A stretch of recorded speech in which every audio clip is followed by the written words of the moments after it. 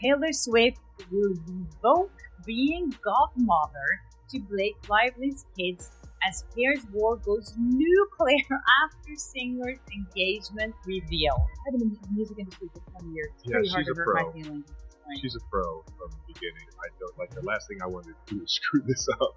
Yeah. So I'm like, in my mind, is like her being so calm, cool, collected, and so just real and understanding about everything that's going on really made me grow up real fast in that aspect.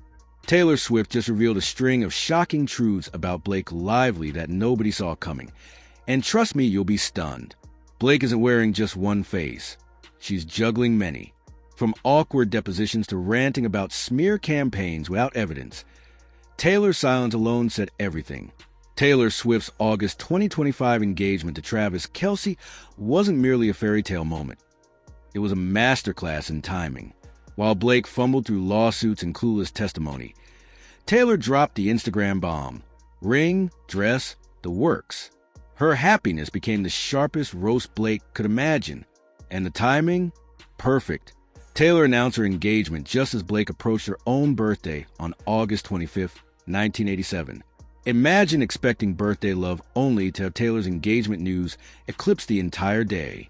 Blake's little Instagram birthday stories suddenly looked like recycled content from a discount bin compared with Taylor's viral engagement photos. But let's rewind. Taylor and Blake were close for nearly a decade. Photos, parties, girl power moments. Yet cracks eventually showed. Taylor wasn't even in Blake's wedding party. And yes, Blake's 2012 wedding was held at a former plantation. Still a baffling, tone-deaf choice. By 2023 to 24, the friendship wasn't just cooling, it was fractured. Blake dragged Taylor into her legal mess, sending subpoenas flying in late 2024 and early 2025. When Taylor refused to take sides, the message was clear. If someone as loyal as Taylor won't back you, she probably doesn't believe you. Then came Blake's most embarrassing moment. The July 31st, 2024 deposition. Under a full legal name, Blake Ellender Reynolds, she faced attorney Charles Babcock. He asked a simple question. Can you identify a defamatory statement made about you by Jed Wallace? Blake's answer? I don't know a specific article. That's like showing up to class without your homework and acting surprised when the teacher calls on you.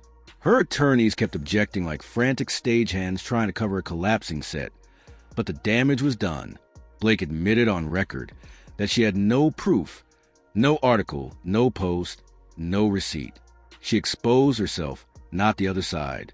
Meanwhile, Taylor was living her best life, baking bread with Travis, flaunting an antique diamond ring, and casually breaking the internet. The contrast told the story. Taylor calm and radiant, Blake scrambling and unraveling. This isn't just about the law. It's about perception. Blake had every chance to look competent and credible. Instead, she became the picture of confusion. I don't know a specific article. Is the opposite of confident testimony. Taylor didn't need to tweet, shade, or write a lyric.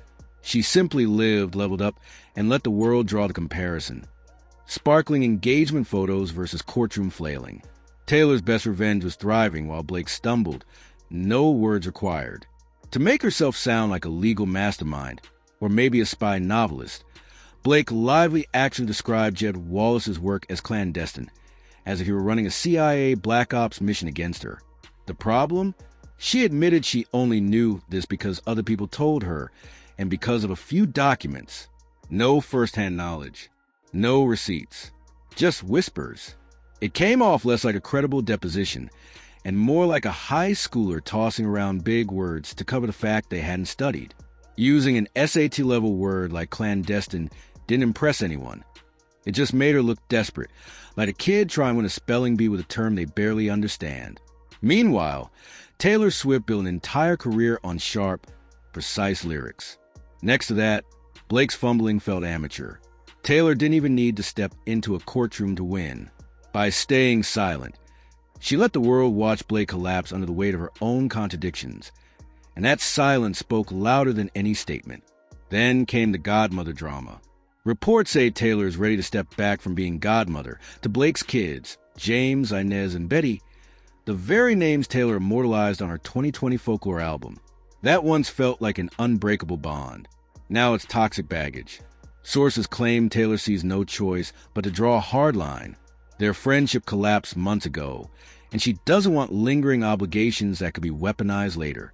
Blake has reportedly sent texts, voicemails, and emails trying to rekindle things, but Taylor hasn't responded. No congratulations on engagement, no public warmth, just silence. Some reports even suggest Taylor might send a formal notice, through a mutual friend or a lawyer, to make it official that she's stepping away from the godmother role. Imagine being such a liability that your former best friend considers legal paperwork just to cut ties. That's not just a breakup. That's an eviction from someone's life.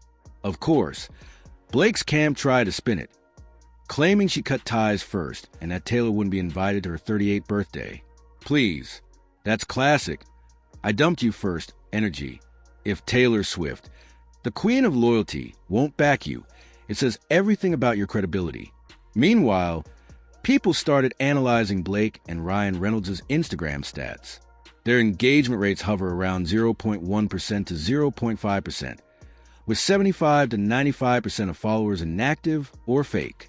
Taylor, by contrast, pulls millions of likes and a healthy 2 to 3.5% engagement, roughly 20 times more than Ryan.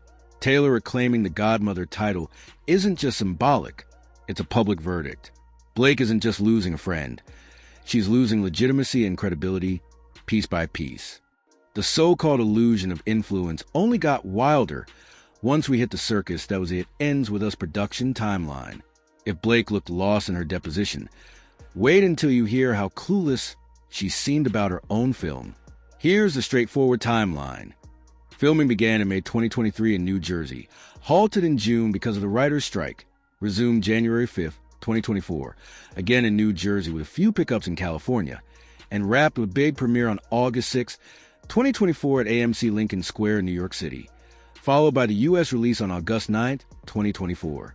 Clear enough, right? Apparently not. Blake admitted she wasn't directly handling principal photography, which is fine. But when discussing the extra footage, instead of simply saying B-roll, she called it wide shots and inserts. Wide shots and inserts? She's been acting since 2004, over 20 years, and doesn't know one of the most basic industry terms. Even rookie film students know what B-roll is. Meanwhile, Taylor Swift is running billion-dollar world tours with military-level precision, while Blake can't even name the parts of her own movie. It's like comparing a master architect to someone still doodling stick figures. Then came the astroturfing debacle. Blake accused Jed Wallace's side of orchestrating a coordinated astroturfing campaign against her. Dramatic, sure, but when asked to define it, she weakly described it as inorganic conversations. That's it. No clear explanation, no evidence, no names. Just hearsay from people like Jen and Melissa. That's gossip, not proof. She piled on even more melodrama, claiming she feared being buried reputationally, and even tossing a bizarre story about overhearing a 2 dead bodies comment somehow linked to Hamas and Israel. At that point, the deposition sounded less like a legal proceeding and more like a badly written soap opera. Pure paranoia with zero receipts. Through it all, Taylor stayed serenely in her love bubble, baking sourdough while Blake spiraled. And then came the most brutal blow. Taylor's refusal to defend her. Let's be honest. Taylor and Blake shared nearly a decade of friendship, a lot of history, and trust. But when the lawsuits hit and Blake wanted support, Taylor said nothing. No tweet, no post, no statement. The silence was deafening and damning. If you've been close friend with Taylor Swift for 10 years and she still won't publicly back you, it speaks volumes. Silence, in this case, was the final word.